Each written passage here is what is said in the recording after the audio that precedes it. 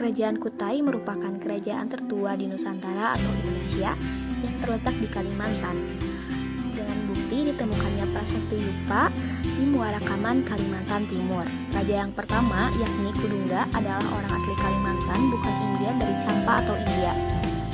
Poros kemaritiman Kerajaan Kutai ketika di daerah Kutai Kartanegara berdiri dua kerajaan yang bernama Kutai Mulawarman yang berpusat di Muara Kaman dan yang kedua Kerajaan Kutai Kartanegara yang berdiri sejak abad ke-13 dengan pusat kerajaan di Jayitanlaya, yaitu di hilir Sungai Mahakam.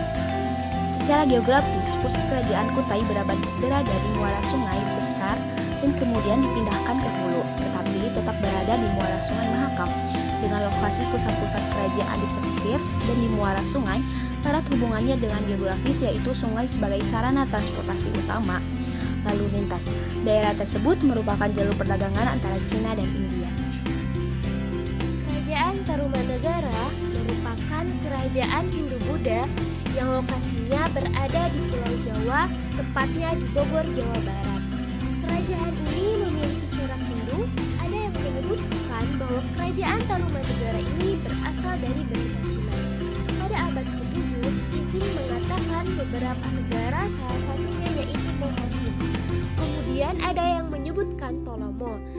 Pada tahun 528 dan 535, berita dinasti Soi mengatakan bahwa telah datang utusan Tolomo. Pada tahun 666 dan 669, dinasti Taang mengatakan datang utusan Tolomo.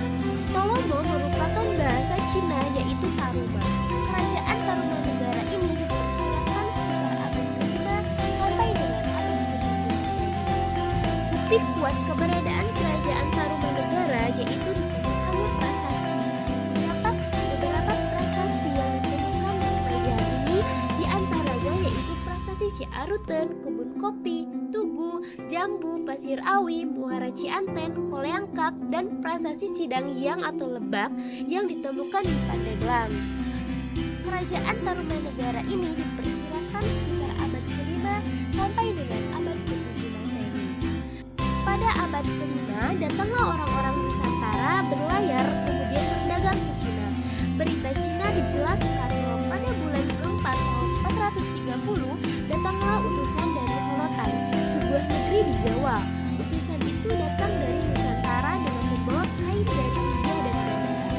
Holotan mengirimkan utusan ke Cina pada tahun 430 sampai dengan 452. Juga Holotan atau Aruten adalah pendahulu kerajaan Taruma, sebelum kerajaan ini mendapat pengaruh dari Hindu. Berita Cina mengenai Taruma sendiri terutama terjadi setelah periode Holotan. Dari berbagai berita Cina, pada abad ke-5 Masehi, orang-orang Nusantara telah memiliki hubungan dagang dengan Cina. Sementara itu, Kaisar Cina hanya sesekali mengirimkan utusan ke negeri-negeri di Nusantara, dan itu pun banyak berurusan dengan soal agama dan politik. Baru dalam tahap berikutnya datang juga para pedagang Cina ke pelabuhan-pelabuhan di Nusantara. Setelah penduduk Nusantara dapat berdagang langsung dengan Cina, maka ia mendapat kedudukan yang penting dalam jaringan perdagangan dan pelayaran internasional. Kapal-kapal Indonesia pun berlalu lalang di perairan antara India dan Cina. Bukti perdagangan dan pelayaran yang dilakukan oleh masyarakat kerajaan Taruma adalah dapat dibuktikan dengan adanya berita Cina dari dinasti Sung pada tahun 420 sampai dengan 479 yang menyebutkan bahwa adanya sebuah pelabuhan perniagaan yang ramai di kerajaan Holotan yang bernama Ko Ying. Menurut Waters, Ko Ying ini diidentifikasi sebagai daerah bernama Karawang. Selain itu, terdapat berita dari dinasti Tang pada tahun 618 sampai dengan 906 yang menyebutkan bahwa Cina mendapatkan barang dagangan dari Jawa. Mungkin Taruma juga termasuk seperti kulit penyu, emas, perak, cula badak, gading gajah, dan sebagainya. Selain itu, orang-orang Taruma ini pun sudah mampu membuat minuman keras yang terbuat dari buah kelapa. Selain itu juga, kita dapat mengidentifikasi isi dari prasasti Tugu yang mengisahkan bahwa Raja Purnawarman memberikan persembahan kepada dewa dengan mengorbankan 1000 ekor sapi. Rasanya tidak mungkin sapi sebanyak itu semuanya hasil ternak. Lebih masuk akal jika sapi-sapi tersebut diberi dari negeri lain. tentunya perniagaan tersebut melalui jalur laut. Bukti-bukti lain yang menguatkan Tarumba memiliki kehidupan maritim adalah ditunjukkan dengan adanya penemuan arkeologi berupa barang-barang keramik dari Cina di Batu Jaya, Karawang, dan gerabah Arkebedu dari India Selatan yang ditemukan di beberapa wilayah di pesisir utara Jawa Barat. Kerajaan Mataram kuno identik dengan kerajaan agraris. Namun banyak juga orang yang mengatakan bahwa kerajaan Mataram kuno juga merupakan kerajaan berbasis maritim, walaupun tidak banyak bukti terkait. Ada beberapa indikasi bahwa Mataram bisa disebut dengan kerajaan maritim dengan berinteraksi dengan dunia luar. Dalam cerita Parahyangan diungkapkan bahwa setelah membangun kembali kerajaan, Senjaya Raja Medang menganeksasi Melayu, Kemir, Keling, Cina, dan Kehirupan. Sumber Arab yang tertulis oleh Sulaiman dalam perjalanannya ke India dan Cina pada 851 Masehi menyebutkan bahwa Sribuja atau Srijaya, Ramni atau daerah Sumatera, dan Kalah yaitu Semenanjung Malaka sebagai daerah Jawa atau Medang. Aneksasi-aneksasi yang dilakukan Raja Senjaya adalah upaya untuk menguasai 5 zona komersial di wilayah Asia Tenggara. Di antaranya Keling atas India merupakan bentuk zona penguasaan Teluk Benggala. Aneksasi atas Melayu merupakan bentuk penguasaan zona Selat Malaka. Aneksasi Kemir dan Cina merupakan bentuk penguasaan zona laut Cina Selatan. Aneksasi atas Kalimantan merupakan bentuk penguasaan zona Sulu, dan aneksasi atas Kehirupan merupakan bentuk penguasaan zona Laut Jawa. Sementara itu, 2 zona lainnya yaitu Laut Arab dan Laut Merah telah dikuasai oleh kerajaan pendahulunya yaitu Keling. Aneksasi tersebut bertujuan untuk membangun koalisi dagang guna untuk menemukan ekonomi kerajaan, bukan untuk penaklukan melainkan untuk membangun perekonomian kerajaan. Dalam Prasasti Gondosuli 2 menyebutkan seorang Dang Puhang Pran Kamalagian menyebutkan nahkoda dan pedagang besar dari pulau-pulau dan kerajaan lain yang datang di Ujung Galuh. Ujung Galuh ada pelabuhan di Jawa Timur milik Mataram kuno pada saat itu. Pada relief Candi Borobudur juga tertera ada beberapa kapal besar yang bercadik yang jelas menggambarkan kapal dagang Indonesia. Beberapa prasasti Raja Dharma Wangsa Airlangga menyebutkan orang-orang asing dari Asia Tenggara dan daratan Asia Tenggara, di antaranya para warga Kilalan, yaitu mereka itu pedagang yang menetap di Jawa untuk kurun waktu tertentu. Dari relief Candi Borobudur terdapat 10 relief perahu, 6 perahu besar dan 4 perahu kecil. Digambarkan sedang mengarungi samudra. Kapal tersebut telah dilengkapi dengan layar. Di sebelah sisi terdapat penyeimbang kapal sekaligus penahan ombak. Di atas tiang-tiang yang ada di bagian bawahnya terdapat ruangan dan terdapat orang-orang di dalamnya. Terkait hal itu, armada laut yang dimiliki oleh kerajaan maritim dipastikan hanya digunakan untuk transportasi dan dagang. Dan perahu di relief Candi Borobudur bisa diartikan perahu tersebut milik pendatang yang berdagang ke Mataram pada saat itu untuk keperluan dagang. Perdagangan di maritim kuno memiliki komoditas ekspor, yaitu antara lain garam yang dihasilkan di pantai utara Pulau Jawa, kain katun, kapuk, sutra kuning, damas, kain borak yang berwarna-warni, kulit penyu, pinang, pisang raja, gula, tebu, kemuskus, cula badak, dan lainnya. Ada juga beberapa barang impor, yaitu kapur barus, tikar, barang payung, sutra dari Cina, pedang buatan Timur Tengah dan India, nila dan lilin batik, belanga besi, piring, mangkuk, keramik, warangan, tikar, pandan, merica, gading emas, perak, dan tembaga. Setiap saudagar yang datang untuk berdagang di Mataram, mereka menggunakan mata uang yang dikatakan dari berita Cina pada zaman dinasti Sung, mengatakan bahwa di Jawa orang-orang menggunakan potongan-potongan emas dan perak sebagai mata uang. Chow Jukwa mengatakan mata uang yang dibuat dari campuran perak dengan tembaga dan timah dipotong seperti dadu dan diberi cap. Harga nilai uang tersebut 60 biji mata uang ini bernilai 1 tahil emas. Mata uang ini dikenal sebagai uang Jawa.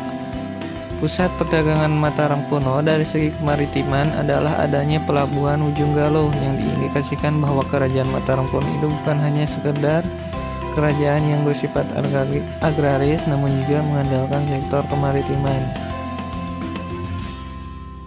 Kerajaan Sriwijaya adalah kerajaan yang bercorak Buddha, berdiri pada abad ke-7 Masehi yang terletak di Sumatera Selatan yang pusatnya berada di Palembang.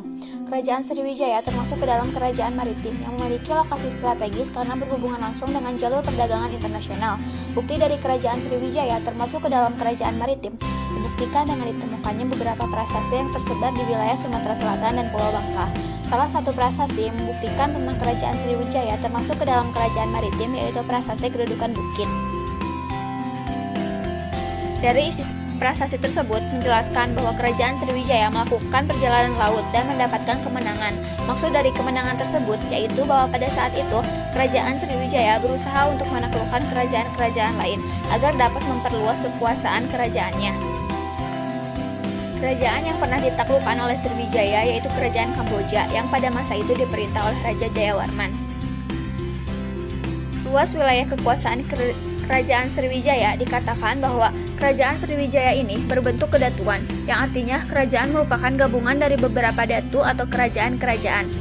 Dari abad ke-7 sampai abad ke-13, luas kerajaan ini menyebar hampir di seluruh bagian Pulau Sumatera, terutama di pantai timur Sumatera hingga Barus di bagian barat laut, sehingga tidak dapat diragukan lagi berapa banyak kekayaan kerajaan Sriwijaya. Kekayaan kerajaan Sriwijaya juga pendapatannya tuh diperoleh dari biaya penyeberangan dan juga bea cukai. Untuk menjamin keamanan dalam pelayaran di lautan, kerajaan Sriwijaya juga membuat kebijakan dengan memasukkan kepala bajak laut dalam ikatan kerajaan sehingga mereka menjadi bagian organisasi perdagangan kerajaan sekaligus menjadi pengaman jalur-jalur pelayaran. Kerajaan Sriwijaya juga menjalin hubungan diplomasi dengan negeri-negeri adidaya lain di sekitarnya. Beberapa hubungan diplomasi atau kerjasama yang dilakukan oleh kerajaan Sriwijaya yaitu dilakukan dengan negara Cina dan India. Kerajaan Sriwijaya tidak keberatan mengakui kerajaan Cina sebagai negara yang berhak menerima upeti. Hal ini dilakukan untuk kepentingan perdagangan agar Cina tidak membuka perdagangan langsung dengan negeri lain di Asia Tenggara. Kerajaan Sriwijaya juga menjalin hubungan diplomasi dengan negara-negara adidaya lain di sekitarnya, yaitu dengan negara Cina dan India. Kerajaan Sriwijaya tidak keberatan mengakui kerajaan Cina sebagai negara yang berhak menerima upeti. Hal ini dilakukan untuk kepentingan perdagangan agar Cina tidak membuka perdagangan langsung dengan negara lain di Asia Tenggara. Cina pun melakukan hubungan kerjasama dengan Sriwijaya, yaitu dalam bidang perdagangan. Kerajaan Sriwijaya juga aktif dalam menjadi tuan rumah dalam perdagangan. Tak jarang juga kapal-kapal dagang Sriwijaya datang ke Cina untuk berdagang. Begitupun Cina sebaliknya. Adapun barang dagang yang berasal dari Sriwijaya yaitu ada rotan, kina merah, kayu cendana, pinang, gading, dan rempah-rempah. Sedangkan komoditi yang dibawa Cina seperti mangkok, jana, dan barang-barang porselen lainnya. Kerajaan Sriwijaya juga menjalin hubungan diplomasi dengan negara-negara adidaya lain di sekitarnya, yaitu dengan negara Cina dan India. Kerajaan Sriwijaya tidak keberatan mengakui kerajaan Cina sebagai negara yang berhak menerima upeti. Hal ini dilakukan untuk kepentingan perdagangan agar Cina tidak membuka perdagangan langsung dengan negara lain di Asia Tenggara. Cina pun melakukan hubungan kerjasama dengan Sriwijaya, yaitu dalam bidang perdagangan. Kerajaan Sriwijaya juga aktif dalam menjadi tuan rumah dalam perdagangan. Tak jarang juga kapal-kapal dagang Sriwijaya datang ke Cina untuk berdagang. Begitupun Cina sebaliknya. Adapun barang dagang yang berasal dari Sriwijaya yaitu ada rotan, kinam merah, kayu cendana, pinang, gading, dan rempah-rempah. Sedangkan komoditi yang dibawa Cina seperti mangkok, bejana, dan barang-barang porselen lainnya. Indonesia merupakan sebuah negara kepulauan yang terletak pada posisi yang sangat strategis karena merupakan penghubung antara benua Asia dan benua Australia. Bangsa Indonesia sangat dikenal dengan sebuah bangsa yang pandai dalam mengarungi lautan, samudra, dan kota yang tersebar di Nusantara. Hal inilah yang menyebabkan tumbuh menjadi pusat-pusat perdagangan di berbagai daerah pesisir Pulau Sumatera dan Jawa. Kepulauan Indonesia juga dikenal sebagai daerah lalu lintas barang. Selain itu, Indonesia menjadi sebuah wilayah yang merupakan kiblat dari pedagang dunia, khususnya perdagangan dari negara India. Karena hal ini akhirnya disusul oleh kejadian-kejadian yang serupa dan menimbulkan hubungan kebudayaan yang disusul oleh hubungan politik antar bangsa luar di Indonesia yang memicu munculnya kebudayaan Hindu dan Buddha. Pada bidang industri dan ekonomi, dengan ditemukannya kawi atau wadah pelebur logam dan cetakan, tahap-tahap pelanda serta bandu timbangan. Karena hal tersebut menandakan bahwa kerajaan Hindu di masa lalu telah maju dan berkembang sangat pesat. Kemajuan di berbagai bidang telah menjadi nilai lebih dalam menunjang peradaban kerajaan di masa lalu. Kerajaan Singasari merupakan sebuah kerajaan bercorak Hindu yang berada di wilayah Singasari, Malang, Jawa Timur. Kerajaan Singasari yang memiliki sebuah mitos tentang Hedede Sang Cina dan percaya serta akan membawanya sebagai dampak sejarah besar yang khususnya berkenaan dengan berdirinya Kerajaan Singasari. Pada masa pemerintahan Kerajaan Singasari dipegang oleh Kartanegara, ia memiliki harapan untuk dapat menyatukan seluruh wilayah Nusantara. Ekspedisi Pamalayu yang terjadi pada tahun 1275 menghasilkan bahwa Kartanegara mampu menguasai Kerajaan Melayu. Hal ini bertujuan untuk dapat menguasai Selat Malaka yang merupakan daerah strategis untuk melakukan aktivitas perekonomian pada masa itu. Selain ingin menyatukan Nusantara dan menguasai Selat Malaka, Kerajaan Singasari juga pada masa pemerintahan Kartanegara melakukan hubungan baik dengan Kerajaan Champa di Vietnam. Dalam hubungan maritim dengan dunia luar tidak terlalu banyak sumber yang menjelaskan, tetapi dikarenakan letak Kerajaan Singasari berada di sekitaran Sungai Brantas, maka dalam hal ini sungai tersebut dapat dipergunakan sebagai sarana untuk jalur lalu lintas perdagangan di wilayah pedalaman dengan dunia luar. Majapahit merupakan sebuah daerah yang terletak di lembah Sungai Brantas di sebelah tenggara kota Mojokerto. Kota ini berada di persimpangan Kaliman dan Kalisorong. Nah, pada tahun 1292 tempat ini merupakan daerah yang sangat lebat dan mereka dapat digunakan penuh dengan banyak sekali tumbuhan dan pepohonan. Salah adalah ya memang kebanyakan daerah ini banyak sekali pohon ya. Kemudian setelah orang-orang Madura yang dikirim oleh Adipati Jaya dari tempat ini, tempat tersebut dan tempat tersebut dijadikan sebagai lahan ladang dan selanjutnya mungkin di sini beberapa orang-orang dan dinamakan lah sebagai daerah lain. Kerajaan Majapahit muncul tidak lepas dari sejarah panjang dari Kerajaan Singasari. Keduanya memang memiliki hubungan yang sangat erat dan tidak dapat dipisahkan. Bahkan yang memang Kerajaan Majapahit ini muncul setelah runtuhnya Kerajaan Singasari.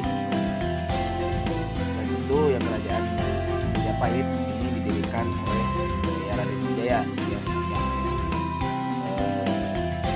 merupakan menantu dari Kartanegara.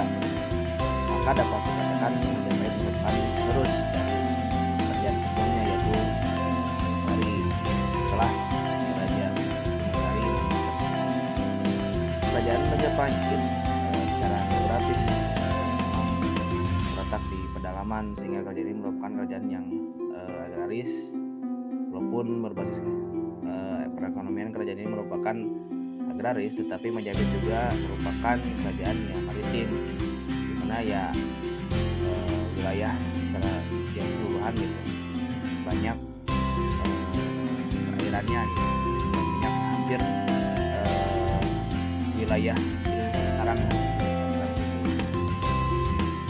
Kegiatan kemaritiman kerajaan Majapahit yang paling utama yaitu pelayaran dan penjagaan antar pulau. Tidak hanya antar pulau saja, merupakan kerajaan Majapahit juga melakukan hubungan maritim dengan luar dari perniagaan internasional. Pada abad ke-14, Majapahit berhasil menguasai Maluku, di mana Maluku merupakan rempah-rempah berperan penting dalam perniagaan internasional.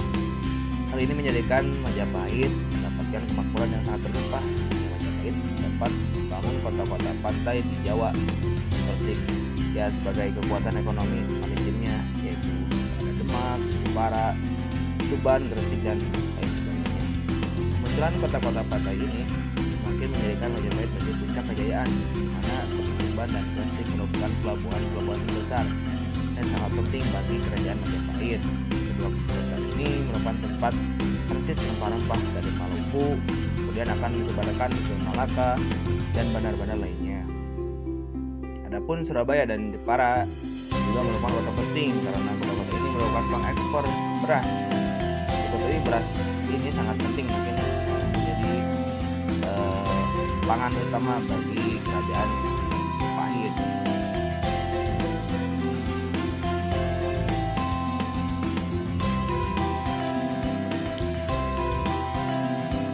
Adapun barang dagangan yang dibawa oleh negara asing ke Majapahit, yaitu sutra dan keramik dari Cina, juga keramik dari Vietnam dan Thailand berupa piring, mangkuk, cemuk, dan gelas besar. Kemudian terdapat juga kain dari India dan dupa dari Arab. Sedangkan komoditi untuk perdagangan antar pulau dan luar negeri, yaitu beras, merica, garam, rempah-rempah, gula tebu, kayu cendana, emas, perak, kelapa, kapal, tekstil katun, dan lain-lain. Beras menjadi komoditi utama kerajaan Majapahit yang diekspor ke daerah timur, yaitu ke Maluku, untuk diperdagangkan atau ditukarkan dengan rempah-rempah. Nah, rempah-rempah ini kemudian diekspor ke Cina. Untuk keperluan ekspor dan impor, Majapahit menggunakan pelabuhan Tuban sebagai pelabuhan utama, di mana pada saat itu Pelabuhan Tuban merupakan pelabuhan terbesar yang dimiliki kerajaan Majapahit. Dalam pelaksanaan transaksi perdagangan, kerajaan Majapahit mulai menggunakan mata uang logam yang digunakan sebagai alat transaksi jual beli. Adapun mata uang yang sering digunakan pada masa kerajaan Majapahit ini yaitu mata uang Cina atau biasa disebut kepeng. Selain itu, Majapahit juga memanfaatkan wilayah perairannya, yaitu dengan mendistribusikan barang dagangan melalui pelayaran mengikuti aliran Sungai Berantas. Dengan seiring berjalannya waktu, di sepanjang Sungai Berantas ini mulai muncul pelabuhan-pelabuhan sungai sebagai tempat sandar kapal. Dalam Prasasti Canggu tahun 1358 Masehi menyebutkan di sepanjang aliran Sungai Berantas terdapat 34 pelabuhan.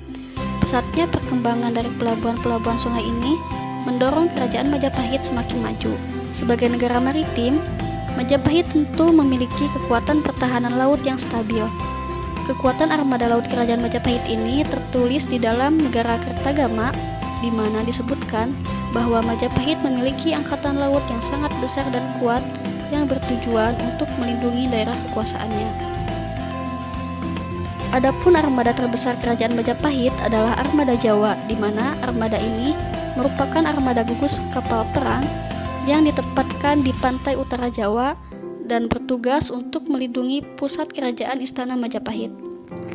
Kerajaan Majapahit juga memiliki industri perkapalan yang berkualitas tinggi, di mana setiap kapal perang dilengkapi dengan senjata meriam Jawa yang terkenal dengan sebutan Cetbang Majapahit. Keberhasilan perdagangan maritim yang dilakukan oleh kerajaan Majapahit ini disebut-sebut sebagai puncak kejayaan perdagangan kuno di Nusantara. Majapahit mencapai puncak kejayaannya yaitu pada masa kekuasaan Raja Hayam Wuruk dan patihnya yaitu Gajah Mada. Gajah Mada ini dengan sumpah palapanya berambisi untuk menyatukan Nusantara, sehingga pada masa Hayam Wuruk ini Majapahit terus memperluas wilayah dan mengalami kemajuan yang pesat. Pada saat Hayam Wuruk berkuasa, ia juga membuat sebuah kitab undang-undang yang mengatur jalannya kehidupan rakyat dan pemerintahan, di mana kitab tersebut dinamakan dengan Kitab Negara Kertagama. Raja Hayam Wuruk juga membentuk sebuah pengadilan yang dinamakan Saptopati. Hal ini menunjukkan bahwa Hayam Wuruk menciptakan kepastian hukum bagi kerajaan Majapahit, sehingga dengan adanya peraturan dan kepastian hukum ini dapat mempermudah dalam mengatur kekuasaannya.